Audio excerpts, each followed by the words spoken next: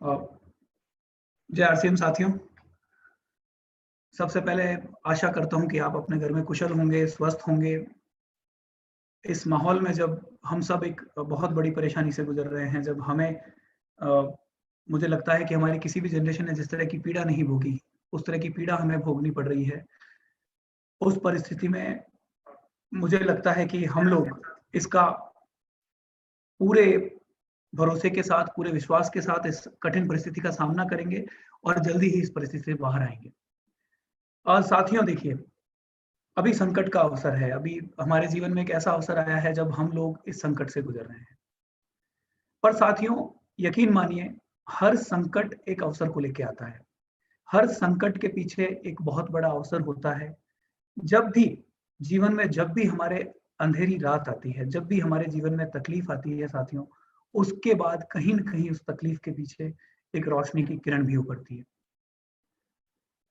RCM की अगर मैं बात करूँ साथियों, तो जिस दिन से ये कोरोना का संकट आया है, जिस दिन से मुझे लगता है पूरा हिंदुस्तान, पूरा विश्व इसको फेस कर रहा है। लॉकडाउन के बाद गुड डॉट की टीम की तरफ से मैं हाईवे पे था। हम लोगों के खाने का इंतज़ाम किया था हमने वहाँ पे। मैं हाईवे पे खड़ा था तो लाखों करोड़ों लोगों की जो न्यूज़ आपने भी सुनी होगी कि माइग्रेंट लोग, लेबर जो बॉम्बे में काम कर रही थी, सूरत में काम कर रही थी, हमारे बड़े-बड़े महानगरों में काम कर रही थी। वो लेबर अपने-अपने शहर छोड़ के वापस अपने गाँव की तरफ पलायन कर रही थी। हमारे हाईवे से भी हज़ारों लोग होके निकले, हमने उनको खाना खिलाया। जब उनके सामने मैं बात करने बैठा साथियों, जब उनसे मेरा डिस्कशन हुआ, तो यकीन मानिए वो लोग जब आए हैं तो वो एक तरह से मोह भंग की अवस्था में आए हैं। एक तरफ से साथियों ये मानिए कि उनका जो जीवन है,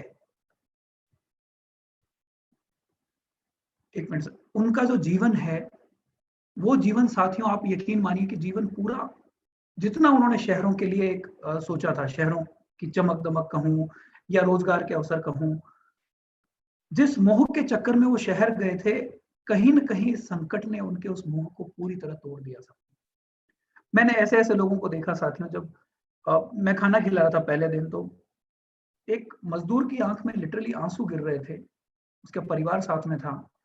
वो कह रहे थे 48 घंटे बाद हमें खाना खाने के लिए मिला है। आप इस पीड़ा को इमेजिन कीजिए और मुझे लगता है ये पीड़ा जो है, ये तकलीफ जो है कहीं न कहीं एक नए भारत को, मैं मोदी जी की भाषा में कहूँ जो पिछली मीटिंग में उन्होंने कहा एक आत्मनिर्भर भारत को जन्म देगी। साथियों, ये लोग जो आए हैं मुझे लगता है आरसीएम के लिए एक बहुत बड़ा अवसर है। आज मुझे लगता है जिनके पास एक छप्पर भी नहीं है, मैं बिहार, झारखंड, उड़ीसा की बात करूँ जहाँ बड़े पैमाने पर गरीबी है, बड़े पैमाने पर बेरोज़गारी है और ये बेरोज़गारी साथियों इस संकट की वजह से और बढ़ गई। वहाँ आपके पास एक बहुत बड़ा मौका है, एक बहुत बड़ा अवसर है कि आप इस संकट को अवसर में बदल दें। मुझे लगता है कि आरसीएम का जो आज के दिन परिवार मैं कहूँ अगर 10 लाख सक्रिय परिवार हमारे साथ जुड़े हुए हैं, मुझे पूरा यकीन है कि अगले 6 महीने से 1 साल में इस संख्या को हम 10 गुनी कर सकते हैं। 10 गुने परिवार हमारे साथ जुड़ सकते हैं साथियों। बस हमें खुद के ऊपर भरोसा जताए रखना है और एक बात जो मैंने मेरी वीडियो कॉन्फ्रेंस में पहले भी शेयर की है, हो सकता है आप में से कुछ साथियों ने सुनी हो। इस समय को आप माँ के गर्भ की तरह ट्रीट करें साथियों। माँ के गर्भ का आशय मेरा यहाँ से ये है कि एक बच्चा जैसे माँ के गर्भ में अपना शरीर, अपने सोचने का तरीका डेवलप करता है, मुझे लगता है लॉकडाउन ने वापस हमें वो माँ के गर्भ जैसा माहौल दिया है। जब हम वापस सिमट के रह गए हैं, हमें मौका मिला है अंदरूनी यानी हमारी अंदरूनी ताकत समझने का, हमारी ज़रूरत पहचानने का और हम जीवन में क्या करना चाहते हैं ये समझने का। तो साथियों मुझे लगता है इस लॉकडाउन को आप उस गर्भ की पीड़ा, जो पीड़ा है डेफ़िनिटली साथियों मैं इसमें कहीं दो राय नहीं रखता, कहीं कोई शक-शुबा नहीं है कि जिस परिस्थिति से हम गुज़र रहे हैं वो पीड़ादायक है। पर इस पीड़ा में जिसने खुद को संतुलित रखा, खुद ने जिसका बैलेंस बनाए रखा, खुद ने जिसकी समझ बनाए रखी, मुझे लगता है साथियों आने वाला समय उस आदमी का होने वाला है। आने वाला समय उस व्यक्ति का होने वाला है, जो व्यक्ति इस संकट के समय में आगे की तरफ नज़र रखेगा और खुद को तैयार करेगा उस आने वाले समय के लिए।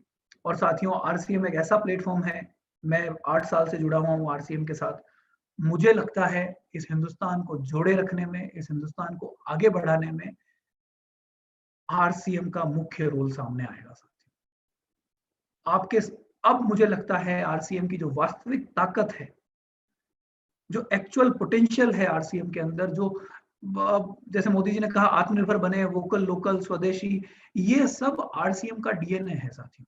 ये सब कहीं न कहीं आप लोग जब फील्ड में काम करते हैं, कहीं न कहीं इन 3 मूल बातों के साथ ही आपने आज तक काम किया है। स्वदेशी की अवधारणा आरसीएम की शुरुआत से रही है। आत्मनिर्भरता कूट-कूट कर भरी हुई है। जो भी आदमी जो एक नौकरी नहीं कर सकता, कोई और रोजगार नहीं कर सकता, उस आदमी को भी मौका मिला है आरसीएम के साथ खुद को अपने पाँव पर खड़े करने का। तो साथियों, मैं गुड डॉट की बात पर आता हूँ। मैंने संकट की बात की साथियों, और अवसर की बात की आपके सामने। साथियों, एक बहुत बड़ा अवसर आने जा रहा है गुड डॉट के रूप में, और मुझे लगता है जो साथी पिछले 3 साल से हमारे साथ लगे हुए हैं, पूरे प्राण प्रण से लगे हुए हैं, मुझे लगता है आपकी खेती में फसल लगने का समय आ गया है। मुझे लगता है कि जो मेहनत आपने आज तक की, जो इसको समझने में मेहनत आपने आज तक की, उसको आज के दिन एक फल रूप में परिणित करने का, उसका फल चखने का समय आ गया है।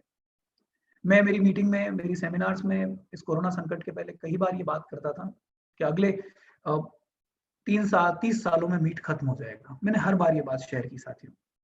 पर एक संशय था मन में, एक कहीं न कहीं एक हल्का-सा प्रश्न था कि आखिरकार क्या होगा ऐसा कि 30 साल में 700 करोड़ लोग जो आज के दिन मीट खा रहे हैं, वो मीट खाना बंद कर देंगे? क्या ऐसी इवेंट होगी, क्या ऐसी परिस्थिति बनेगी कि लोग इस मीट की बुराई से बाहर आ जाएंगे? साथियों, 30 साल के इंतजार को इस कोरोना के संकट ने 3 या 4 या 5 या 6 महीने में बदल दिया। आप जिस शहर में बैठे हैं, जिस गांव में बैठे हैं, मैं यकीन के साथ कह सकता हूं, आप अपने अड़ोस पड़ोस में पूछिए, अड़ोस पड़ोस में देखिए, और शायद आपने महसूस किया होगा कि लोग मीट से घबरा गए हैं। लोग मीट चिकन खाना प्रेफर नहीं कर रहे हैं। मीट चिकन की दुकानें बंद है, लोगों को फेंकने पड़ रहे हैं अंडे। उल्टा मैं कहूँ, क्रुएल्टी की हद यह है कि जो मुर्गा फार्मिंग वाले लोग थे, जो पोल्ट्री में थे, उनकी सेल नहीं होने के कारण वो मुर्गों को दाना तक नहीं खिला पा रहे, इसलिए मुर्गों की डेथ हो रही है। साथियों, ये संकट है, ये बहुत बुरी अवस्था है, पर मुझे लगता है यहाँ पे आपके सामने, गुड डॉट के सामने, आरसीएम के सामने एक बहुत बड़ा अवसर है इसको अगले लेवल पे लेके जाने का। हमने जो आज तक मेहनत की है, आपने जो आज तक काम किया है, मुझे लगता है अब अगर आप थोड़ा सा धक्का आप और देंगे, थोड़ी सी मेहनत और करेंगे, यकीन मानिए साथियों, पूरी मांसाहारी पॉपुलेशन जो है, पूरी नॉन वेजिटेरियन पॉपुलेशन जो है, वो इंतजार कर रही है आपके लिए। हिंदुस्तान की मैं कहूं अगर करीब करीब 90 से 100 करोड़ के बीच जो आबादी है जो नॉनवेज खाती है, आज के दिन साथियों वो आपके लिए एक पोटेंशियल मार्केट है, आपके लिए एक बहुत बड़ा मार्केट है। मैं अपनी बात आगे बढ़ाता हूं साथियों।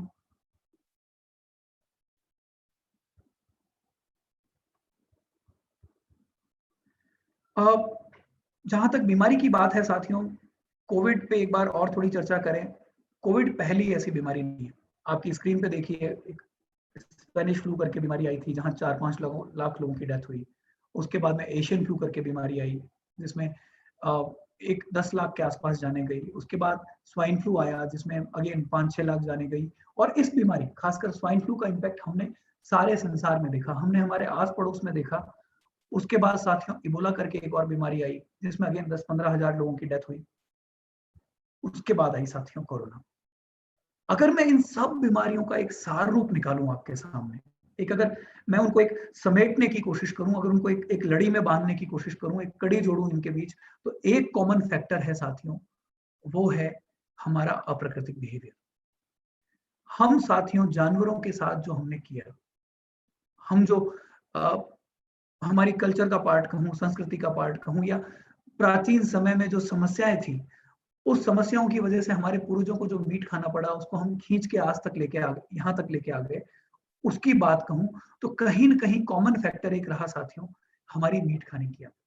कोई भी बीमारी इनमें से, इसलिए हर एक के पीछे एक ही कारण था। भले मैं स्वाइन फ्लू की बात करूं, भले मैं एड्स की बात करूं, भले मैं इबोला की बात करूं, या मैं कोरोना वायरस की बात करूं। कोरोना वायरस की ताकत साथियों आपने देखी है, ये पुराने आंकड़े हैं। आज के दिन दुनिया भर में 50 लाख लोग इंफेक्टेड हो चुके हैं। बड़े से बड़ा देश America, France, UK, Germany, Japan, Spain, जिनकी ताकत की हम लोग एक सराहना किया करते थे। एक हिंदुस्तान एक विकासशील देश के तौर पर एक एक रोल मॉडल बना के चलता था कि भाई नहीं, हमें अमेरिका जैसा विकसित होना है, अमेरिका जैसा बड़ा होना है। वो देश साथियों आज के दिन घुटने के बल टिक गए हैं। वो देश साथियों आज के दिन उनकी इकोनॉमी बंद है, उनका व्यापार बंद है, हजारों लोग मर रहे हैं। एक छोटे से वायरस ने, एक छोटा सा वायरस, मैं कहता हूं साथियों, एक एग्जांपल मैं कोट करता हूं कई बार मेरी बातचीत में। अगर मैं इन 50 लाख लोगों को जिस वायरस ने इम्पैक्ट किया है, अगर उन वायरस को मैं वजन करूं, 50 लाख लोगों को इम्पैक्ट करने वाले वायरस का अगर मैं वजन करूं साथियों, तो वजन निकलेगा मात्र 2 से 2.5 ग्राम। मेरी बात रिपीट करता हूं, 50 लाख लोगों को इम्पैक्ट करने वाला वायरस, जिसने हमारी सारी दुनिया को आईना दिखा दिया, अगर उस वायरस का वजन किया जाए साथियों, तो वजन है मात्र 2 से 2.5 ग्राम। आप सोच के देखिए, 2 से 2.5 ग्राम वायरस ने हमारी दुनिया को घुटनों पे टिका दिया, मात्र 2 से 2.5 ग्राम। आज के दिन 800 करोड़ की आबादी, न्यूक्लियर बॉम्ब, चांद पे जाने वाला, मंगल पे जाने वाला इंसान इतना कमजोर हो गया कि एक छोटे से वायरस ने उसकी पूरी दुनिया को रोक दिया। यहां साथियों मुझे लगता है कहीं न कहीं प्रश्न खड़े करने होंगे। यहां साथियों मुझे लगता है कहीं न कहीं हमें खुद से सवाल करना होगा, हमें खुद से पूछना होगा। एक स्लाइड है साथियों आपके सामने, एक तरफ मैंने लिखा है बुरा, एक तरफ लिखा है बहुत बुरा, और मैंने एक चक्र बनाया है साथियों। मैंने बुरे और बहुत बुरे के बीच में एक चक्र बनाया है। आज के दिन जो भी हमारे साथ हो रहा है, जो भी आपके मेरे परिवार के साथ, हमारे पूरी दुनिया के साथ, इस 800 करोड़ की आबादी के साथ जो भी हो रहा है साथियों, वो बहुत बुरा है। यकीन के साथ कहता हूं बहुत बुरा है।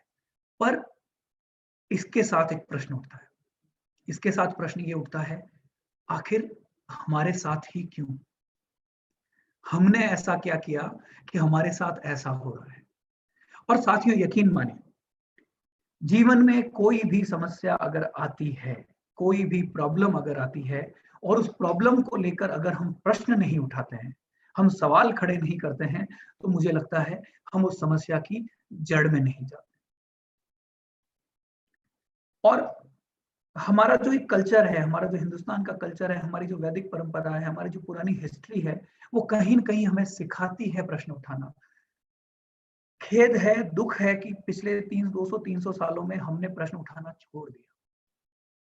पर साथियों मुझे लगता है आज मौका है फिर से सवाल खड़े करने का। आज मौका है आपके पास समझने का, खुद को समझने का, इस प्रॉब्लम को समझने का और इसके पीछे के कारणों को समझने का। अगर मेरे साथ बहुत बुरा हो रहा है, तो साथियों मुझे मानना पड़ेगा मैंने कुछ बहुत बुरा होने के लिए कुछ बुरा किया है।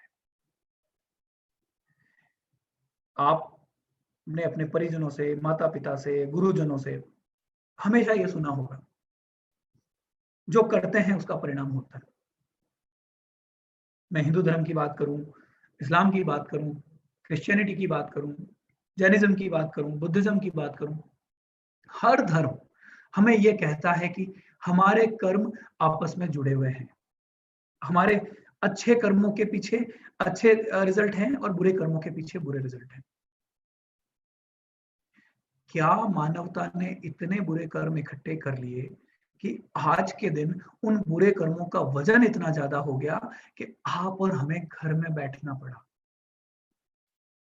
आप और हमें हमारा जीवन रोकना पड़ा। तो साथियों प्रश्न खड़ा करें।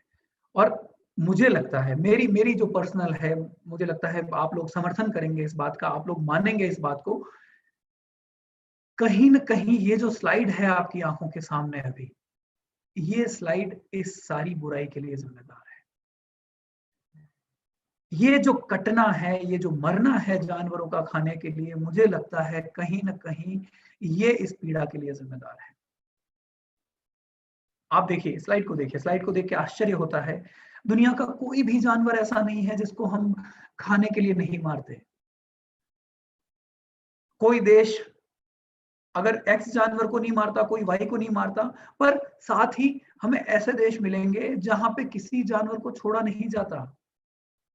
चाइना की अगर मैं बात करूं, जहां से इस बीमारी की पैदाइश हुई है, वहां पे साथियों सांप, चमगादड़, पता नहीं कौन कौन सा जानवर, जिस जानवर को शायद हम देख भी ना पाए, शायद हमारे घर में आए तो हम पहला काम करें उसको बाहर निकालने का, उस जानवर को भी खाया जाता है। और साथियों, जिस तरह हम में जान है, जिस तरह हम सोचते हैं, हमारे इमोशंस है, हम प्रेम करते हैं, हर एक जानवर प्रेम करता है साथियों। हर एक जानवर के अंदर इमोशन है। हर एक जानवर को ईश्वर ने वही दिया है जो हमें दिया है। उसको भी सांस लेने की कैपेबिलिटी दी है, उसको भी दिमाग दिया है, उसको भी खाना खाने का सिस्टम दिया है, उसको भी एक हृदय दिया है। कोई फर्क नहीं है उसके वहां, फर्क हम कर रहे हैं। और मुझे लगता है कहीं न कहीं इस फर्क करने के कारण, कहीं न कहीं इस निर्दयता के कारण जो पीड़ा जनरेट हुई है, उस पीड़ा का खामियाजा हमें भुगतना पड़ रहा है। उस पीड़ा की वजह से आज के दिन हम और आप इस एक ऐसे माहौल में बैठे हैं जहां हमारी सारी चीजें रुक गई है। साथियों, ये मैंने आपके सामने एक स्लाइड शेयर की है। मुझे लगता है ये स्लाइड बहुत इंपॉर्टेंट है। अगर मैं मेरी पूरी बात कहूं, अगर इस पूरी बात का मैं सार कहूं अगर कोरोना को लेकर, तो ये स्लाइड उसका सार है। मैं कहना चाहता हूं साथियों यहाँ पे कि अभी देर नहीं हुई है। ईश्वर ने मात्र अपनी आंख टेढ़ी की है, हल्का सा इशारा भर किया है कोरोना में, अभी हमारे साथ बुरा नहीं हुआ है। और साथियों, पूरे ऑथेंटिसिटी के साथ, पूरे रिसर्च के साथ, पूरे एनालिसिस के साथ मैं आपको ये बात बोल रहा हूं, कोरोना कुछ भी नहीं है। कोरोना बीमारी कुछ भी नहीं है। मैं रिपीट कर रहा हूं मेरी बात को, ये बीमारी कुछ भी नहीं है। हमें जागना होगा अगर हमें इससे बुरी बीमारियों से बचना है। साथियों, एक स्लाइड शेयर की मैंने आपके साथ। एक बीमारी का नाम है, इसमें देखिए आप, अफ्रीकन स्वाइन फीवर। साथियों, ये बीमारी अगेन चाइना में पिछले साल आई थी और आज के दिन ये इंसानों में नहीं है। आज के दिन ये बीमारी सिर्फ सूअर में पाई जाती है। मैं रिपीट करता हूं मेरी बात को, आज के दिन ये बीमारी इंसानों में नहीं है। आज के दिन ये बीमारी सिर्फ सूअर में पाई जाती है। जिस तरह कोरोना आज से 4 महीने पहले, 5 महीने पहले सिर्फ दूसरे जानवरों में था, इंसानों में नहीं था, उसी प्रकार ये बीमारी आज के दिन इंसानों में नहीं है। कब इंसान में आ जाएगी हम नहीं कह सकते। ये बीमारी साथियों जब चाइना में पिछले साल आई तो चाइना में 22 करोड़ सूअर मार दिए गए। आप इस संख्या का इमेजिनेशन कीजिए साथियों, 22 करोड़ सूअर मार भी इस इस तरह से मारे गए, इस कदर मारे गए कि बड़े बड़े खड्डे किए गए, उन खड्डों में उन जानवरों को धकेल दिया गया और धकेल के आग लगा। 22 करोड़ मतलब मैं साथियों बात कर रहा हूं उत्तर प्रदेश की आबादी के बराबर। पूरा यूपी, उसकी जितनी आबादी है उतनी संख्या में सुअर खड्डों में डाल के धकेल के मार दिए गए। क्यों मार दिए गए साथियों? कारण आपके सामने।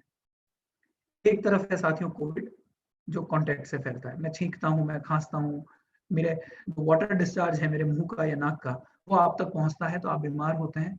मोर्टिलिटी रेट 2 से 3% है साथियों जो लोग डायग्नोज होते हैं। और ये माना जा रहा है कि अगर एक पेशेंट अगर टेस्टिंग होती है तो उसके पीछे 9 पेशेंट और होते हैं जिनकी टेस्टिंग नहीं हुई है। इसका मतलब अगर मैं देखूं तो 1000 में 2 या 3 आदमी ही मरते हैं कोरोना से। और 1000 में 2 या 3 भी वो लोग मरते हैं, 90% वो लोग मरते हैं जिनकी पहले से कोई सीरियस बीमारी अंदर है। एज है, डायबिटीज है, हार्ट अटैक, हार्ट के पेशेंट है, कैंसर के पेशेंट है। तो साथियों एक तरफ तो है कोरोना, एक तरफ है साथियों अफ्रीकन स्वाइन फीवर। साथियों ये हवा से फैलेगा, अभी भी हवा से फैल रहा है। और इसका जो सबसे काला पक्ष है, सबसे जो भयावह पक्ष है साथियों, वो है मोर्टिलिटी रेट। 100% मोर्टिलिटी। आप सोच के देखिए, आज आप और मैं आपस में बात कर पा रहे हैं, एक दूसरे से डिस्कस कर पा रहे हैं, चर्चा कर पा रहे हैं, हमारे घर में बैठे हैं, सुरक्षित बैठे हैं। आप कल्पना कीजिए अगर अफ्रीकन स्वाइन फीवर, प्रार्थना करता हूं ईश्वर से ऐसा कभी ना हो, पर अगर इस तरह की बीमारी कभी किसी शहर में आई तो साथियों लॉकडाउन अनाउंस नहीं किया जाएगा, उस शहर को उड़ा दिया जाएगा। क्या आप लोग चाहते हैं कि हमारी आने वाली जनरेशन, हमारी जो आने वाली पीढ़ी है, उसको इस डर के साथ बड़ा किया जाए, उसको इस डर के साथ बड़ा किया जाए कि तुम कभी भी ऐसी बीमारी का शिकार हो सकते हो जिसका कोई भी तोड़ हमारे पास नहीं है। और साथियों, ये एक बीमारी है, पता नहीं कितनी बीमारियां हमारा इंतजार कर रही है। हमारा हमारा जो बिहेवियर है, हमारा जो नेचर हो चुका है, हमारा जो व्यवहार हो चुका है निर्दयता का, या मैं कहूं कैजुअल अप्रोच का, हम फिक्र नहीं करते। मुझे लगता है साथियों, आज फिक्र करने का टाइम आ गया है। अब भी हमने फिक्र नहीं की साथियों, तो हमारा जिक्र नहीं करेगा। आज भी अगर आप फिक्र करना भूल गए साथियों, यकीन मानना, मानवता का जब इतिहास लिखा जाएगा तो इस पीढ़ी का जिक्र नहीं किया जाएगा। ये कहा जाएगा कि ये पीढ़ी ऐसी थी जिनको पता था सब, जिनको प्रॉब्लम का पता था, जिनको समस्या का पता था, जिनको हर एक बात बता दी गई थी, फिर भी वो आंखें मूंद के बैठे रहे। और मुझे लगता है कि मेरे जो साथी, अभी आप लोग जो मेरी बात सुन रहे हैं, जितने आरसीएम के मेरे साथी हैं, आपके पास जिम्मेदारी है साथी। हमारे पास एक मौका है, हमारे पास एक जिम्मेदारी है, और हमारे सामने एक चुनौती है इस चीज को समझते हुए अपना नया रास्ता बनाने की। और साथियों, एक स्लाइड मैंने ली है, जिस तरह मैंने बैड और वर्स्ट की बात की साथियों आपके सामने, इसका एक उजला पक्ष और है। एक होता है काला पक्ष, एक होता है दिन, एक होती है रात। तो रात की बात मैंने आपके सामने की, पर एक दिन भी है साथियों। जिस किसी ने ये शब्द बनाया गुड,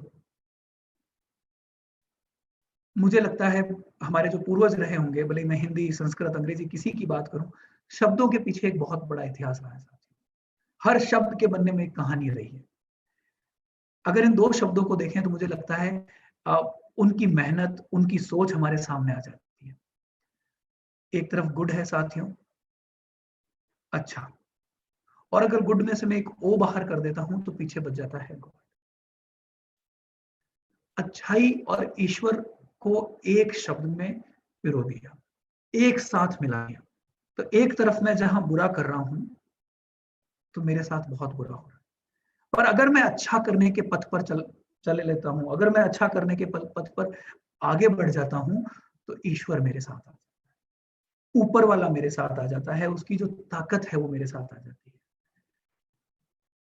जब से हम बड़े हुए, जब से मैंने होश संभाला, या जब से शायद आपने होश संभाला, हर समय इस बात को महसूस किया है। मतलब हमारे जीवन में देखिए, अगर मैं याद करता हूं कि कब अच्छा लगा, कब मैंने अच्छा महसूस किया, या मेरे जीवन के कौन से पल मुझे अच्छे लगते हैं, तो साथियों, परीक्षा में पास होना, सैलरी बड़ी हो जाना, ये पल याद नहीं आते एक समय के बाद। आपको याद आता है आपने क्या अच्छा किया, आपकी किस अच्छाई से किसके चेहरे पे मुस्कान आई, और वो पल साथियों हमेशा आपके साथ एक तरह से चिपक सा जाता है। आपको हमेशा उस अच्छाई की याद आपके साथ रह जाती है। तो साथियों, एक तरफ जहां गुड में गॉड छिपा है, एक तरफ आपके गुड डॉट में गुड छिपा है। हमने जिस दिन, पहले दिन जब से हमारी शुरुआत हुई, जब से आपके गुड डॉट ने काम चालू किया, पहले दिन से एकमात्र लक्ष्य था कि हम अच्छाई की तरफ बढ़े, हम एक ऐसा इकोसिस्टम डेवलप करें, ऐसा एक व्यवहार की तरीका डेवलप करें जहां पे सबके लिए हम अच्छा कर सकें। गुड डॉट की बात करूं साथियों, तो भले ही मैं जानवरों की बात करूं हम अच्छे हैं, भले ही मैं पर्यावरण की बात करूं हम अच्छे हैं, भले ही मैं आपके स्वास्थ्य की बात करूं हम अच्छे हैं, और सबसे बड़ी बात, हम इस क्रूएल्टी को रोकने में अच्छे हैं। जो पीड़ा का वातावरण है, जो मुझे लगता है इस कोरोना या इससे पहले जो बीमारियां आई, जो माहौल हमारे सामने खड़ा हुआ है साथियों, मुझे लगता है उसकी चाबी आप लोगों के पास है। मुझे लगता है वो चाबी हमने बना दी है, बस उस चाबी को ताले तक पहुंचाना है। जो लोग नॉनवेज खा रहे हैं उन लोगों तक आपको पहुंचना है। और साथियों, आज से अच्छा समय नहीं है। मैंने, कई लोगों ने मेरे साथ एग्जांपल शेयर किए हैं, मेरे व्यक्तिगत एग्जांपल भी रहे हैं साथियों कि मेरे जो यहाँ उदयपुर में कई साथी ऐसे थे जो नॉनवेज खाते थे, खाते हैं इनफैक्ट। पर जैसे ही ये कोरोना का संकट आया, तो 5-7-10 दिन बाद जब मैंने उनसे बात की कि भैया मीट खाने के बारे में अब आपका क्या विचार है, तो 90% लोग मीट को लेकर थोड़े से डरे हुए लगे। उनके मन में डर लगा कि भैया अब मीट नहीं खाना है। अब मुझे मीट की तरफ नहीं जाना है।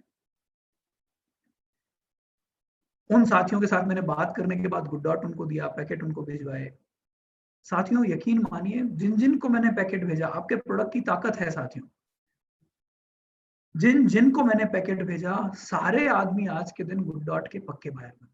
पक्का मतलब अगर उनके घर में गुड डॉट का पैकेट नहीं है किसी दिन, तो ऐसे ऐसे इंसिडेंट्स आए हैं मेरे सामने कि उन्होंने रात को फोन करके बोला है मुझे कि भैया फैक्ट्री से पैकेट मंगवा के दे दीजिए, हमें पैकेट चाहिए, सुबह हमें फलानी चीज बनानी है, या रात को मुझे फलानी चीज बनानी है। ये आपके प्रोडक्ट की ताकत है। कहीं ना कहीं मुझे लगता है साथियों कि आज दिन के पहले, इस कोरोना के संकट के पहले, जो आदत थी नॉनवेज खाने की, वो इतनी स्ट्रांग थी, इतनी ताकतवर थी कि उसको तोड़ पाना थोड़ा मुश्किल था। और जैसे मैं कहता हूँ, एक एक स्टील था आपके सामने, स्टील की एक प्लेट थी, आपको उसको तोड़ना था। आदत इतनी मजबूत थी। साथियों, इस कोरोना के संकट ने उस स्टील की प्लेट को कांच में बदल दिया है। आप हल्का सा इशारा भर करेंगे और वो दीवार टूट के गिर जाएगी। वो लोग, जो लोग हार्डकोर नॉन वेजिटेरियन, कल बॉम्बे से मेरे एक फ्रेंड है, बहुत बड़े इंडस्ट्रियलिस्ट है, उनका फोन आया कि भैया 60 दिन से मैंने गुड डॉट के अलावा नहीं खाया। वो हार्डकोर नॉन वेजिटेरियन थे। कल की बात बता रहा हूँ साथियों, में बहुत बड़े इंडस्ट्रियलिस्ट, खुद का बहुत बड़ा काम है, बहुत बड़े मैन्युफैक्चरर एक्सपोर्टर हैं। कल फोन करके मुझे बोलते हैं भैया 60 दिन में मैंने गुड डॉट के अलावा कुछ नहीं खाया। लॉकडाउन चालू होते ही उन्होंने मुझसे बॉम्बे में 3 पीयूसी के एड्रेस मांगे, बोले भैया मुझे 3 पीयूसी के एड्रेस दे दीजिए, मैं आदमी भेजूंगा, जितना स्टॉक है सारा मंगवा लूंगा।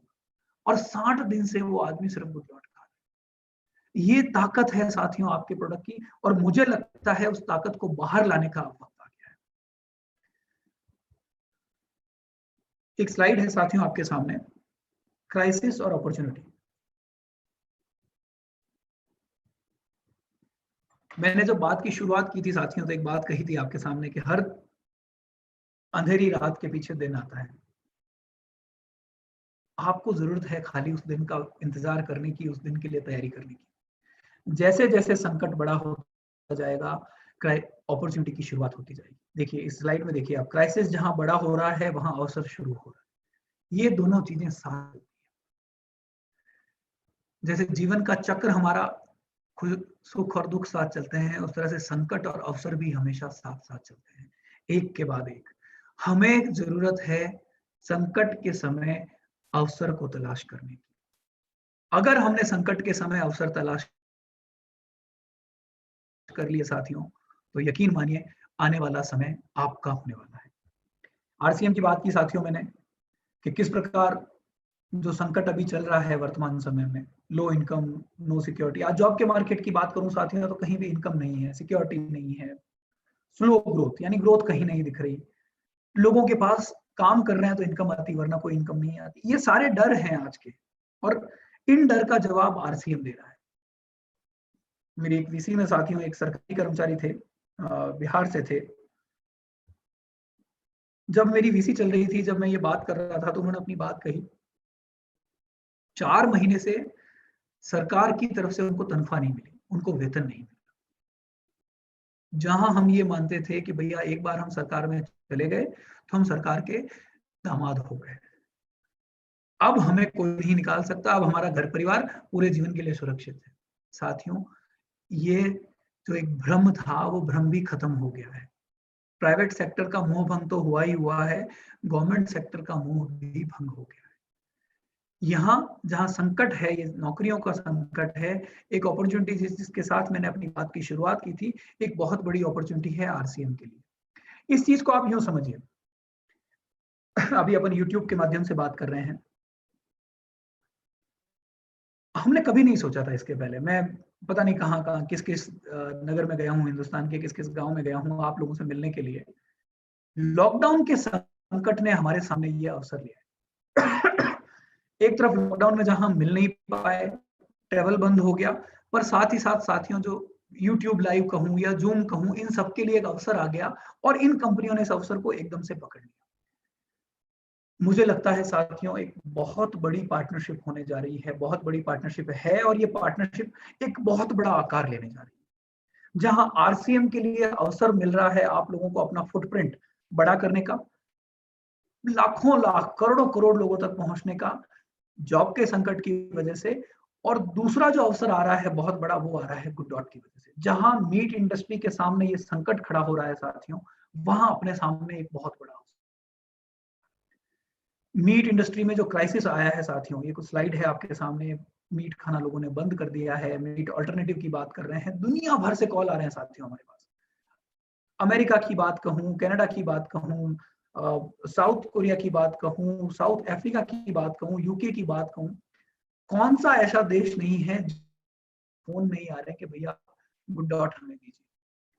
तो ये संकट है साथियों। ये देखिए आपकी स्लाइड पे मैंने शेयर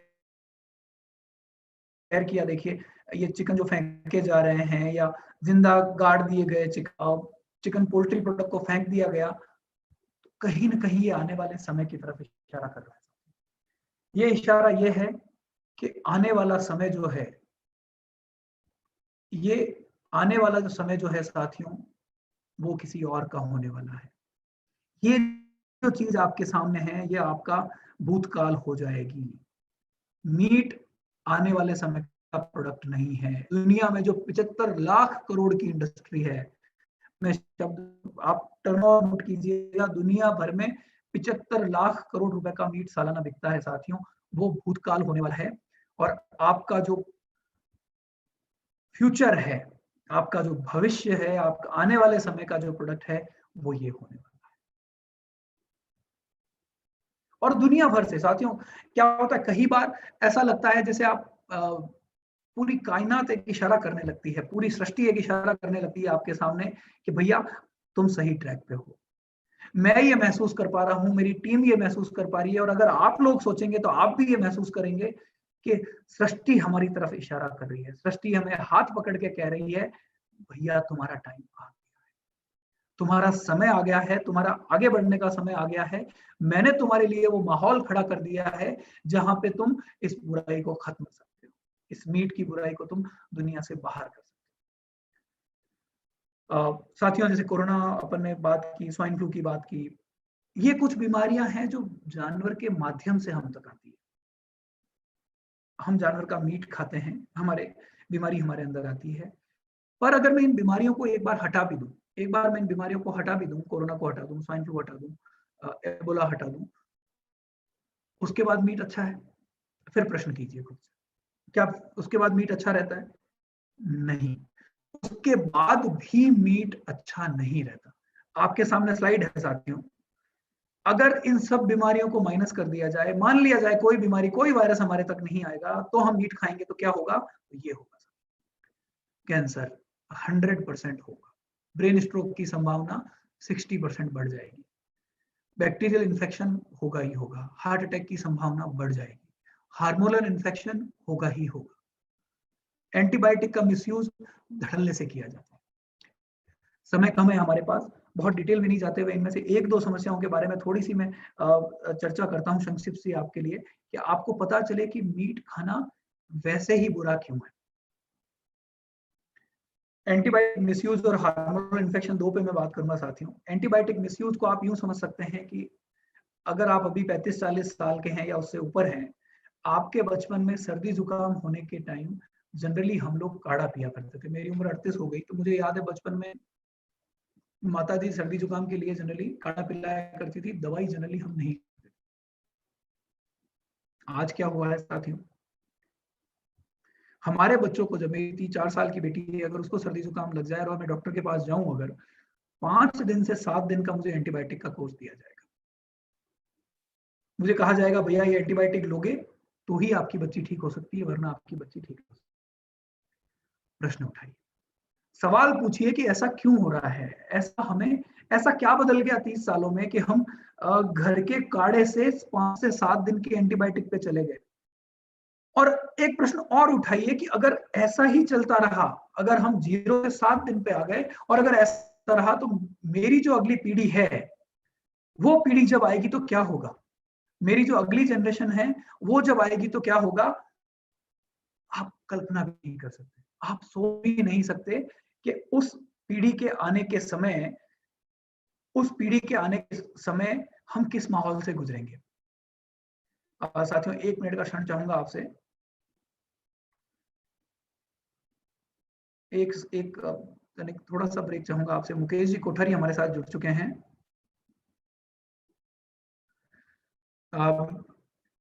मुकेश जी बहुत बहुत धन्यवाद सर हमारे साथ जुड़ने के लिए।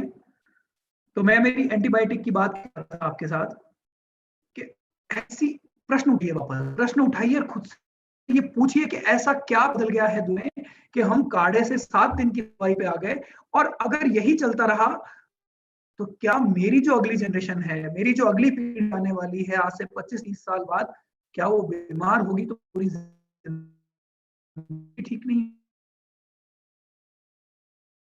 रखना पड़ेगा। हम इस बात को आने वाली पीढ़ी के भरोसे नहीं छोड़ सकते, क्योंकि मुझे लगता है ये जिम्मेदारी हमारी है, ये पीड़ा हमारी है, ये जिम्मेदारी हमारी है कि हम समझें इस बात को कि हम जिस तरीके से जी रहे हैं, क्या वो तरीका सही है, क्या वो तरीका जैसा होने चाहिए वैसा है, वो तरीका वैसा नहीं है। और ऐसा क्यों हो रहा है साथियों? उस बीमारी को ठीक करने के लिए उसको एंटीबायोटिक खिलाया जाता है। एंटीबायोटिक कौन सा? उसको खिलाया जाता है साथियों कोलेस्टीन।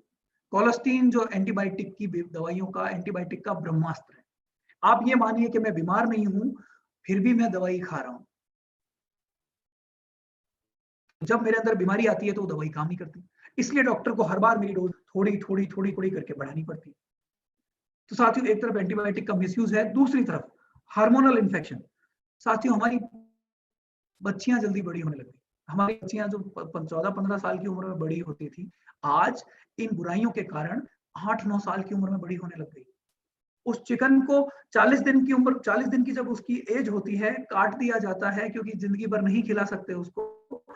उसको 40 दिन की उम्र में फुला दिया जाता है। फुलाने के लिए उसको हार्मोन्स के इंजेक्शन लगाए जाते हैं। वो हार्मोन के इंजेक्शन हमारे शरीर में आते हैं, और जो वो चिकन के साथ कर रहे हैं, जो वो मुर्गे के साथ कर रहे हैं, करते हैं, मुझे दुख के साथ कहना पड़ता है साथियों कि वो हार्मोन जो है हमारी बच्चियों के साथ भी वही करते हैं। जो चिकन के साथ किया जाता है, उसको फुलाया जाता है, वही हमारी बच्चियों के साथ या हमारे बच्चों के साथ। तो साथियों एक तरफ ये बीमारियां बीमारियां इनकी सबकी बुराइयां हैं, और अगर मैं इन इन बीमारियों के अलावा एक बात करूं आपके साथ, तो हमारी बात आती है साथियों, हमारी बात ये आती है कि एक हाँ उसमें इतनी बीमारी है, इतनी बुराइयां हैं। देखिए आपके सामने स्लाइड में प्रोटीन की अगर मैं बात करूं, वेज बाइट की अगर मैं बात करूं प्रोटीन की, तो हमारे अंदर ज्यादा है, कैलोरीज हमारे अंदर सबसे ज्यादा है, कोलेस्ट्रॉल 0 है साथियों, कैल्शियम हमारे अंदर सबसे ज्यादा है, डाइटरी फाइबर सबसे ज्यादा है, और फैट सबसे कम है। और साथियों अब आते हैं वेजिटेरियन बाइट्स की बात पर। वेजिटेरियन बाइट साथियों, ये प्रोडक्ट मुझे लगता है पूरे हिंदुस्तान ने, पूरे परिवार ने इसको बहुत प्रेम दिया है। हर जगह जहां जहां हम इस प्रोडक्ट को लेके गए, लोगों ने बहुत सराहा। दुनिया भर से हमें ये कमेंट मिला है साथियों कि इसे अच्छा हमने नहीं देखा। मॉक मीट के मामले में या प्लांट बेस्ड मीट के मामले में ये सबसे अच्छा प्रोडक्ट है दुनिया भर में। और साथियों ये कैसे बनता है, एक बार छोटी सी एक स्लाइड है आपके सामने। अलग अलग प्रकार के प्लांट से मिलके हम बनाते हैं इसको, soya, flaxseed, pea protein, soya protein, जो हमारे खाने की चीज है, जो लोग आप दिन प्रतिदिन वैसे ही खाते हैं, उन्हीं चीजों को मिलाकर वेज बाइट बनता है। वेज बाइट बनने की प्रोसेस जो है, सिंपल से शब्दों में अगर मैं आपको समझाऊं तो प्रोसेस बहुत सिंपल सा है। जिस तरह मेरा शरीर मेरी आंतों में मेरे धान पर हीट देकर या प्रेशर देकर मीट बनाता है, उसी प्रकार गुड डॉट अलग अलग प्रकार के धान को मिक्स करके उनको मिला के मीट जैसा प्रोडक्ट बनाता है। आप ये मानिए कि हमने अलग अलग प्रकार के धान लिए, उन धान का एक आटा बनाया, एक डो बनाया, हमने उसको एक मशीन में डाला, उस मशीन में बहुत सारा प्रेशर पड़ता है और बहुत सारी हीट पड़ती है, उसको पकाया जाता है। पकने के बाद जो प्रोडक्ट निकलता है वो मीट जैसा होता है। तो साथियों एक तरफ हमने मीट की बुराई की बात की, एक तरफ हम अच्छाई की बात करते हैं। प्रोटीन बहुत ज्यादा है, कोलेस्ट्रॉल नहीं है, हाई डाइटरी फाइबर है, क्रुएल्टी नहीं है, कॉस्ट इफेक्टिव है, एंटीबायोटिक और हार्मोन्स नहीं है। अगर साथियों इन सब बातों को एक बार मैं दरकिनार कर दूं, एक बार मैं भूल जाऊं, जो मुझे आज के दिन लगता है जो सबसे बड़ा बेनिफिट या सबसे बड़ा सवाल जो मीट पे खड़ा होता है, वो सवाल एक और है। आप इमेजिन मीट या चिकन की दुकान को एक इमेजिन कीजिए, आप एक बार आंखों में कल्पना कीजिए कैसी लगती है वो दुकान, गंदगी से भरी हुई। जिस चिकन को जब पैदा किया जाता है साथियों, मुर्गा जब चूजा जब बड़ा होता है तो उस चूजा जिस जगह बड़ा होता है, जिस जगह पैदा होता है, वहीं पे उसको बड़ा किया जाता है। 6x6 का एक खाना होता है, उसी के अंदर बड़ा किया जाता है। अपने मल मूत्र में वो बड़ा होता है, अपनी ही जहां वो दाना खा रहा है उसी जगह उसका मल मूत्र पड़ा है, उसी जगह उसको बड़ा होना है। उसके पास कोई विकल्प नहीं है साथियों, सूरज की रोशनी तक वो नहीं देखता। ऐसी गंदी चीज खाना बनता है। अगर मैं एक बार सारी बुराई भूल जाऊं, क्रुएल्टी भी भूल जाऊं, मैं ये भूल जाऊं हाई प्रोटीन कोलेस्ट्रॉल को, सब कुछ सब भूल जाऊं मैं, पर मुझे लगता है कोई भी आदमी थोड़ी सी भी समझ है, उसको अगर ये पता चले कि उसका खाना इतनी गंदी जगह पर पड़ा था, तो मुझे लगता है कोई भी आदमी खाना प्रेफर नहीं करेगा। मुकेश जी मेरे साथ जुड़े हुए हैं अभी, फिर माइक लाइव हो गया है। सर नमस्कार। नमस्कार सर, मुकेश जी नमस्कार। नमस्कार। आप नमस्कार। सुन पा रहे हैं मुझे? बिल्कुल, आपकी आवाज आ रही है सर। धन्यवाद। तो थैंक यू। बेनिफिट्स की बात की मैंने। इसके बाद साथियों जो प्रोटीज हमारा जो प्रोडक्ट है, दूसरा जो प्रोडक्ट है, ये प्रोडक्ट मुझे लगता है टीसी सर ने जब पहली बार हम मुलाकात करी थी, वेज बाइट को जब हम लॉन्च कर रहे थे, तो टीसी सर ने एक सवाल खड़ा किया था, जी ये तो आपका प्रोडक्ट हो गया, अब हमारे लिए क्या, हम तो नॉनवेज खाते नहीं है, आरसीएम में बहुत सारे लोग ऐसे हैं जो नॉनवेज नहीं खाते, उनके लिए प्रोडक्ट लेके आई। टीसी सर के उस जो प्रेरणा थी, प्रोटीज डेवलप किया साथियों, और यकीन मानिए प्रोटीज ने वेज बाइट को कई मायनों में पीछे छोड़ दिया। आरसीएम में वेस्ट बंगाल की बात कहूं या उड़ीसा की बात कहूं, वहां पे लोगों ने पता नहीं इसके साथ क्या क्या प्रोडक्ट बनाए हैं, क्या क्या डिशेस बनाई है। और एक बात और है इसके साथ कि वेस्ट बंगाल में खासकर वहां पे मछली के विकल्प के तौर पर बर्फी बनी है, प्रोटीज के मोमोज बने हैं। अभी एक अपने लीडर है, उनकी बिटिया ने मुझे प्रोटीज का शेक बना के उसकी रेसिपी भेजी। यानी आरसीएम के जो हमारे किचन है, जो भाभियां हमारी है, वो बहुत प्रकार के एक्सपेरिमेंट कर रही है प्रोटीज के साथ, और हर बार हमें नई नई तरह की एक प्रेरणा दे रही है कि प्रोटीज के साथ और क्या क्या किया जा सकता है। उसके बाद साथियों दो जो हमारे प्रोडक्ट हैं, चाइनीज सॉस और वेजी सूप, ये भी आप लोगों ने बहुत पसंद किए हैं। वेजी सूप की खासकर मैं बात करूं तो ये आपके शाम की मील हो सकता है साथियों, अगर आप इसमें थोड़ा सा प्रोटीज मिला लें, अगर प्रोटीज प्लस या प्रोटीज मिला लें भिगो के, तो मुझे लगता है शाम के खाने के लिए वेजी सूप आपका एक एप्रोप्रिएट डिनर हो सकता है। उसके बाद साथियों वेजिटेरियन बिरयानी और वेजिटेरियन पुलाव, ये दो प्रोडक्ट हैं, रेडी टू कुक प्रोडक्ट है साथियों। कई बार ये शिकायत आती थी कि हम ढंग से नहीं बना पाते, हमें कुछ ऐसा प्रोडक्ट दीजिए जो बहुत इजी हो, जो बहुत सिंपल हो। तो हमने ये दो प्रोडक्ट बनाए जहां पे खाली आपको पानी मिलाना है, आप बिरयानी और पुलाव में खाली पानी मिलाइए, कुकर में पका लीजिए या खुले में पका लीजिए, दोनों ही केस में आपका अच्छे से बिरयानी और पुलाव तैयार हो जाता है। आरसीएम के मुझे लगता है हर घर में ये प्रोडक्ट यूज हुआ है और बहुत अच्छा रिस्पॉन्स मिला है अभी तक हमें बिरयानी और पुलाव को लेकर।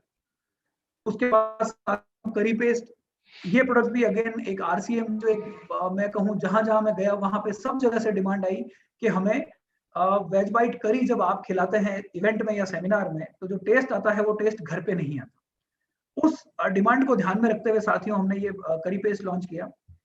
इसको लॉन्च करने के बाद में साथियों जो वेज बाइट को लेकर कहीं शिकायत थी कि हम ढंग से नहीं बना पाते, वो शिकायत 100% दूर हो गई। इसकी एक छोटी सी रेसिपी मैं आपके साथ शेयर करता हूँ, 1 मिनट लगेगा। थोड़ा सा करी पेस्ट में हमने ट्विस्ट किया है। आप हल्का सा राइस ब्रान ऑयल लीजिए, जैसे थोड़ा सा राइस ब्रान ऑयल लिया, उसके अंदर अदरक और लहसुन का पेस्ट फ्राई कर लीजिए, पेस्ट या थोड़ा सा कूट के फ्राई कर लीजिए। उसके बाद में वेज बाइट के पैकेट को खोलिए, खोल के वेज बाइट अलग अलग करके उसके अंदर हल्का सा पकाइए और उसमें करी पेस्ट मिला लीजिए। थोड़ा सा पक जाए 2 मिनट बाद, उसके बाद आप करी पेस्ट मिला लीजिए। फिर आप इसमें पानी मिलाइए। पानी मिलाने के बाद जितनी ग्रेवी आपको चाहिए उसके अकॉर्डिंग आप उसको पका लीजिए। मुझे लगता है साथियों जितनी तरीके से हम वेज बाइट बनाते हैं अभी तक हमारे यहाँ, ये जो तरीका है उस तरीके में सबसे अच्छी करी अगर बनती है तो इस तरीके से बनती है। राइस ब्रान ऑयल में अदरक लहसुन का पेस्ट मिलाया, उसके बाद उसमें वेज बाइट को पकाया, फिर करी पेस्ट मिलाया और आपकी करी तैयार हो गई।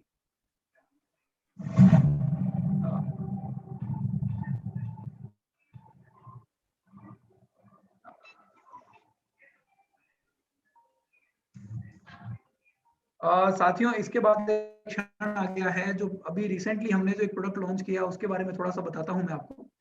जैसे ही कोरोना का संकट आया था ना, कि जैसे ही शुरुआत हुई थी, तो हमने एक आपस में एक डिस्कशन करना चालू किया था कि एक कोई प्रोडक्ट ऐसा बने जो प्रोडक्ट हम आराम से कैरी कर सकें, हम कहीं भी ले जा सकें, साथ ही साथ उसमें जो आयुर्वेदिक गुण है, जो हमारी हर्ब्स और स्पाइसेस है, उसके गुण तो हो ही हो, और उसके साथ विटामिन के जो गुण है, विटामिन बी, सी, डी, ये विटामिन हो। विटामिन बी, सी, डी के पीछे की स्टोरी मैं बताता हूँ। एक डॉक्टर शिवा है अमेरिका में, जिन्होंने ईमेल का इन्वेंशन किया था 1978 में। एक इंडियन ने ईमेल का इन्वेंशन किया था 1978 में। जब कोरोना का संकट आया, तो वो उनका एक पेपर आया था सबसे पहले कि अगर कोई आदमी विटामिन बी, सी और डी का लेवल अपने अंदर बराबर रख लेता है, तो कोरोना उसको छू भी नहीं सकता। मैंने वो पेपर ग्रुप्स में शेयर किया, एक बार मैं वापस शेयर करूंगा।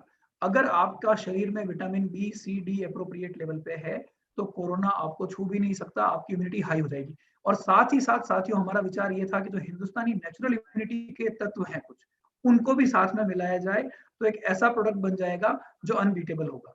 तो इसको ध्यान में रखते हुए हमने गुडसिप का एक फॉर्मुलेशन तैयार किया, और उसको अभी कुछ कुछ समय पहले, 2-3 दिन पहले आपके बीच में लॉन्च किया।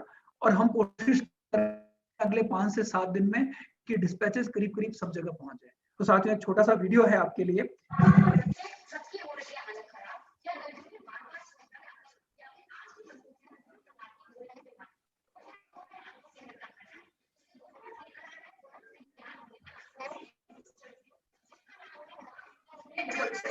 जो कि है आंवला, नींबू और तुलसी से भरपूर, और इसमें है विटामिन बी और डी के गुण।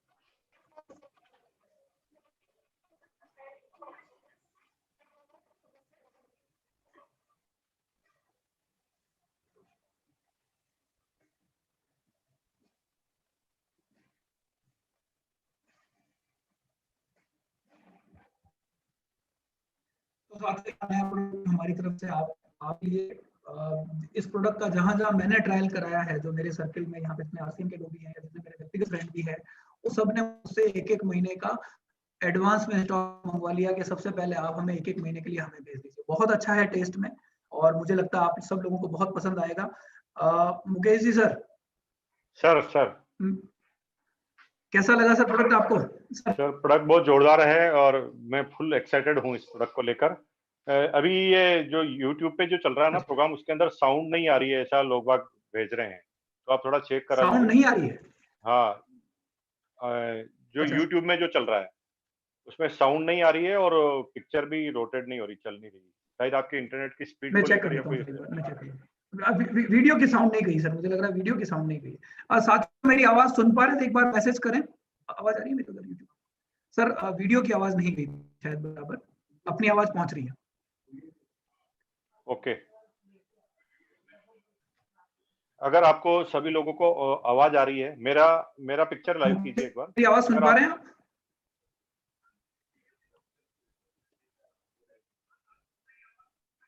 आवाज साफ नहीं आ रही है, ऐसा बोल रहे हैं लोग।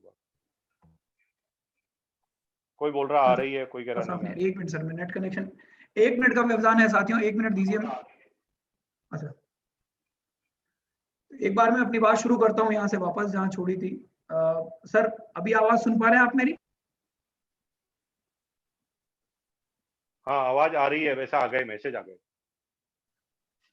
तो सर प्रोडक्ट के बारे में आप बताइए सर, राय बताइए मुकेश जी आप। धन्यवाद, बहुत बहुत धन्यवाद दीपक जी और पूरी गुड्डो टीम को कि उन्होंने मुझे एक शानदार अपॉर्चुनिटी दी।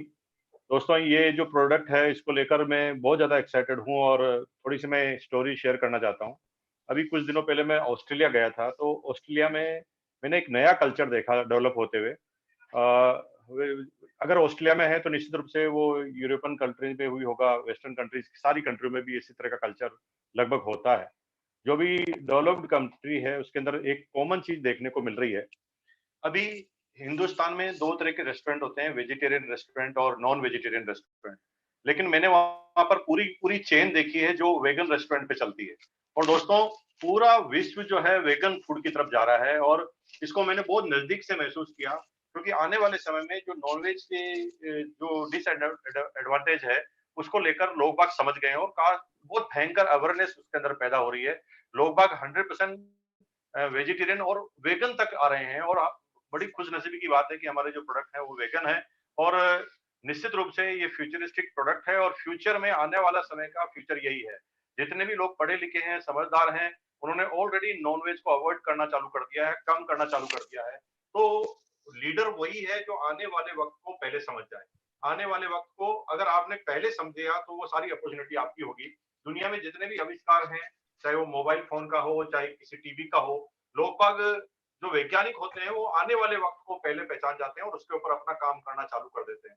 जब लोग केवल टेलीफ़ोन पर बात करते थे, वायर वाला जो 1G टेलीफ़ोन थे, तो थोड़े दिन बाद लोग बाग सोचने लगे कि यार ऐसा कोई फ़ोन नहीं आ सकता जिसको ना ऐसे वायर नहीं हो, हम कहीं पर भी लेकर घूमें। थोड़े दिन बाद 2G मोबाइल आ गया। 2G मोबाइल आते-आते उसके अंदर मैसेज वगैरह आने लगे। लोगों ने सोचा कि यार ये बार-बार हमें इंटरनेट चालू करने के लिए कंप्यूटर पे जाना पड़ता है, तो ऐसा कुछ नहीं आ सकता है कि मोबाइल के अंदर इंटरनेट आ जाए। फिर 3G मोबाइल आ गया जिसके अंदर स्पीड से इंटरनेट चलने लगे। फिर 4G आ गया, आने वाले समय में 5G है। ये हुआ क्या कि जैसे-जैसे इंसान सोचता है, साइंटिस्ट उससे आगे सोचते हैं, अपॉर्च्युनिटी के बारे में सोचते हैं और उस पर काम करना चालू करते हैं। तो मैं आपको सिर्फ ये बताना चाहता हूँ कि आने वाले समय का फ्यूचरिस्टिक प्रोडक्ट यही है। आने वाले समय में नॉन-वेज को काफ़ी मात्रा में पूरी जो डेवलप कंट्रियाँ हैं वो पूरी पार कर देगी और कई गवर्नमेंट रूल लेकर आएगी इसके ऊपर, नॉन-वेज खाने के ऊपर। इसलिए आने वाले समय में इस चीज़ को आप समझ जाइए, ये फ्यूचरिस्टिक प्रोडक्ट है, इस पर हमें दम लगाकर काम करना है, क्योंकि मैं खुद अपनी आँखों से देख के आया हूँ कि रेस्टोरेंट की चेन ही चेंज हो गई। वहाँ पर ना कोई वेज लिखा है, ना नॉन-वेज लिखा है, वेगन रेस्टोरेंट। इस तरह से जब डेवलप कंट्री करना चालू कर दिया है, तो निश्चित रूप से डेवलप कंट्री करने के बाद 3-4 साल में वो कल्चर हमारे पास आ जाता है, चाहे वो जिम का हो, चाहे किसी और कल्चर हो, वो 3-4 साल बाद अंडर डेवलप्ड कंट्रीज के अंदर वो आ ही जाता है। तो ये बिल्कुल कल्चर आने वाला है। आप निश्चित रूप से इस पे बड़ा काम कर सकते हैं।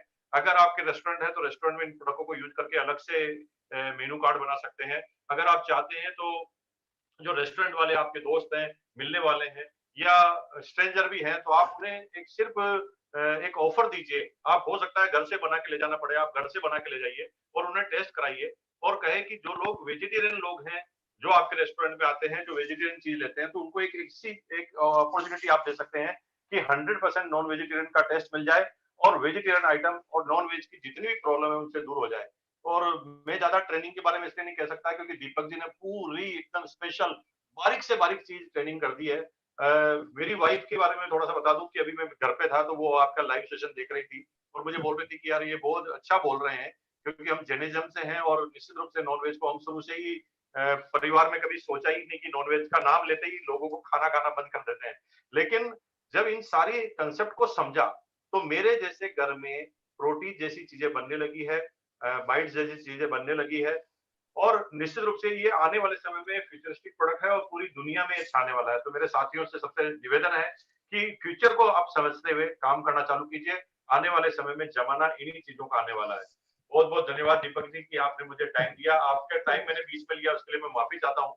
लेकिन आपने अपॉर्च्युनिटी दी, बहुत अच्छा लगा और निश्चित रूप से ये फ्यूचरिस्टिक प्रोडक्ट है और इसको हम नंबर 1 लेकर जाएँगे।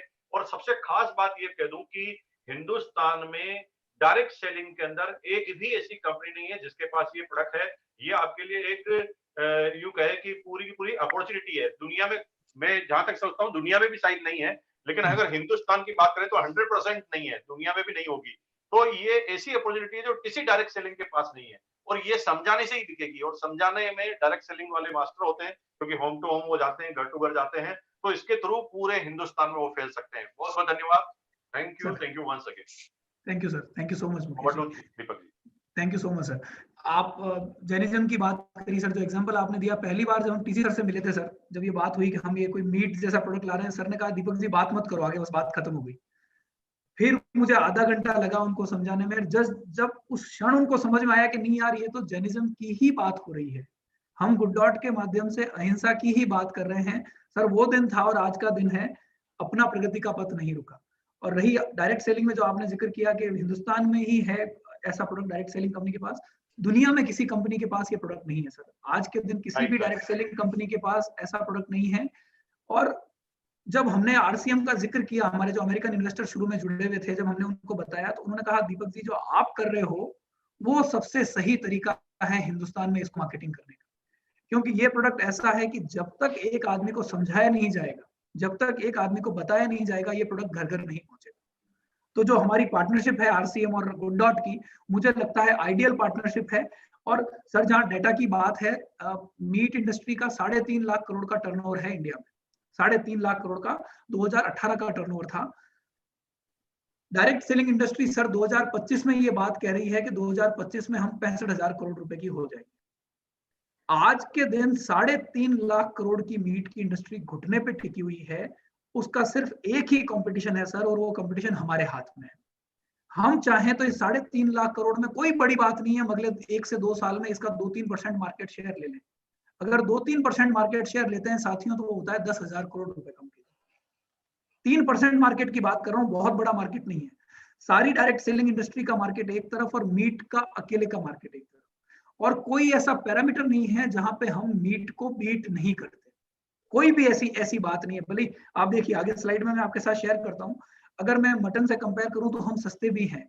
मेरी सारी अच्छाई, क्रुएल्टी नहीं होना, वो सब एक तरफ, मैं सस्ता भी हूं। प्रोटीज की अगर मैं बात करूं तो चिली पनीर या चिली चिकन के बनाऊं या प्रोटीन चिली बनाऊं मैं, तो मेरी आधी रेट में ये बनता है। यानी मैं अच्छा हूं, मैं जानवर बचाता हूं, मैं स्वास्थ्य के लिए अच्छा हूं, मैं गंदा नहीं हूं, और उसके बाद मैं सस्ता भी हूं। मुझे नहीं लगता कि हमारी जो ताकत है आज के दिन 10 लाख परिवारों की जो ताकत है, अगर ये ताकत मार्केट में निकल जाए, और जो मैं एक मैसेज करने की कोशिश कर रहा हूं पिछले कुछ टाइम से कि एक परिवार 5 परिवारों तक पहुंचे। अगर आरसीएम का एक परिवार 5 परिवारों तक पहुंच गया तो हम 50 लाख नॉन वेजिटेरियन परिवारों में पहुंच बना पाएंगे अगले 6 महीने। 50 लाख नॉन वेजिटेरियन परिवारों में पहुंच बनाने का मतलब है कहीं ना कहीं हम टारगेट करेंगे 400 से 500 करोड़ रुपए का टर्नओवर। तो मुझे लगता है आज के दिन बहुत बड़ा नंबर लग रहा होगा, पर जो मीट की प्रेजेंट परिस्थिति है, जो मार्केट जिस तरह से क्रैश हुआ है मीट का, लोगों के अंदर डर बैठ गया है, उस डर को देखते हुए मुझे ये नंबर बहुत छोटा लग रहा है। उसके बाद जो मुकेश जी ने बात कही कि आज के दिन हमारे पास मोनोपोली की पावर है, डायरेक्ट सेलिंग में मोनोपोली की पावर है। आज के दिन आपके पास नॉर्मल मार्केट की मोनोपोली की पावर भी है। हमारा कोई भी प्रोडक्ट, भले मैं वेज बाइट की बात करूं, रोटीज, करी पेस्ट, हमारा सूप, इवन हमारी बिरयानी पुलाव या हमारा गुडसिप, हमारे जो भी प्रोडक्ट आपके पास आए हैं उनका विकल्प मार्केट में और कोई भी नहीं है। कोई भी आदमी ये नहीं कह सकता कि भैया मैं वेज बाइट का पैकेट उठा के जाऊंगा बिग बाजार में, मुझे वैसा उस तरह का कोई और पैकेट मिल जाएगा, या रिटेल स्टोर में और कोई पैकेट मिल जाएगा, वैसा पैकेट नहीं मिलेगा। ये साथियों बहुत बड़ी ताकत है। जो कस्टमर आपका है उसको आपके पास वापस आना ही पड़ेगा। अगर उसको वेज बाइट पसंद आ गया या उसको मीट नहीं खाना है, मीट जैसा कुछ और खाना है, तो उसको यकीनन आपके पास वापस आना पड़ेगा। तो मौका है हमारे पास, हमें इस ताकत को पहचानना है, इस मोनोपोली की ताकत को पहचानना है और आगे बढ़ना है। 1 मिनट लूंगा साथियों, थोड़ा हाँ, मैं मेरी बात खत्म करूं उससे पहले वापस जिस बात के साथ मैंने शुरुआत की थी, ये जो स्लाइड है साथियों आपके सामने, ये सब हमारे जैसे हैं। मुझे लगता है भले ये खरगोश हो या सामने चूजे हो, मेरी आंख में जो चमक है या मुकेश जी की आंख में जो चमक है या आप में से किसी की आंख में जो चमक है, उस चमक से कम चमक इन आंखों में नहीं है। हम ऑक्सीजन ले रहे हैं, ये भी ऑक्सीजन ले रहे हैं। अगर सूर्य हमें प्रकाश दे रहा है तो सूर्य इनको भी प्रकाश दे रहा है। इस संकट से साथियों हमें समझ लेनी है, जो कोरोना का जो संकट आया है, इस संकट से हमें समझ लेनी है, और समझ लेने के बाद हमें तय करना है कि हम आने वाला जीवन कैसा चाहते हैं। एक कबीरदास जी का दोहा है, दुर्बल को न सताइए जाकी मोटी हाय, दुर्बल को न सताइए जाकी, दुर्बल को न सताइए जाकी मोटी हाय, मरे चाम की आह से लोह भस्म हो जाए। आप में से सुना होगा बहुत लोगों ने कि अगर दुर्बल की आह इतनी स्ट्रांग होती है, दुर्बल को सताओगे अगर आप, एक एग्जांपल है कि जिस कुल्हाड़ी से बकरा कटता है या जिस कुल्हाड़ी से बैल को काटा जाता है, जब उसकी चमड़ी से वापस धौंकनी बनाई जाती है, वो धौंकनी उस लोहे को गला देती है। जब उस चमड़े में इतनी ताकत है साथियों, तो जो जानवर कट रहा होगा हमारी भूख मिटाने के लिए, उसकी आह में कितनी ताकत होगी। उस गाय के आंसुओं में कितनी ताकत होगी जो अपने बछड़े को अपने सामने कटता हुआ देख रही है। मुझे लगता है साथियों, समय आ गया है जगने का, समय आ गया है हमारी अगली पीढ़ी को एक नया संसार देने का, और समय आ गया है मेरे जो साथी हैं आरसीएम के, उनको अपनी जिम्मेदारी समझने का। 100% साथियों, जो सपने आपने इस जीवन में देखे हैं, मैं गारंटी लेता हूं आपके सामने, गारंटी लेता हूं, नहीं लेता गारंटी जीवन में किसी चीज की, मैं गारंटी नहीं लेता, पर इस चीज की गारंटी लेता हूं, अगर आप गुड डॉट में लगे, आपके जीवन के सब सपने पूरे होंगे। मैंने मेरे जीवन में परिवर्तन होते हुए देखा है पिछले 4, 5, 6 सालों में, जब से मैं इसके साथ लगा हूं, जीवन अच्छा हो गया है। और आज के दिन ये 3.5 लाख करोड़ का मार्केट आपके सामने है। इस जीवन की बैलेंस शीट तो हम बनाएंगे ही बनाएंगे, और मुझे लगता है अगले जीवन की बैलेंस शीट भी हम बहुत स्ट्रांग बनाएंगे। तो साथियों, इसी बात के साथ मैं विराम दूं, उससे पहले एक बार मुकेश जी को आमंत्रित करना चाहूंगा। सर, बहुत बहुत धन्यवाद आपका। बहुत जोरदार लाइव सेशन रहा है। दोस्तों, जनरली क्या होता है कि गुड डॉट के प्रोडक्ट तो मार्केट में अवेलेबल है, लेकिन जब थोड़ी सी ऐसी जागरूकता फैलती है तो निश्चित रूप से इसका बहुत बड़ा फायदा होता है। और दीपक सर, मैं आपको बहुत बहुत धन्यवाद देना चाहता हूँ कि ये सेशन लिया है। इसको आज शाम तक ही हजारों लोग देख लेंगे, आप जब चैनल पे आप देखेंगे तो, और हजारों लोगों के अंदर तक ये बात जाएगी, पूरे हिंदुस्तान में क्रांति आएगी। ऐसी शुभकामनाओं के साथ मैं आपका बहुत बहुत आभार और धन्यवाद। थैंक यू सर, बहुत बहुत धन्यवाद sir. Thank you so much. Thank you sir.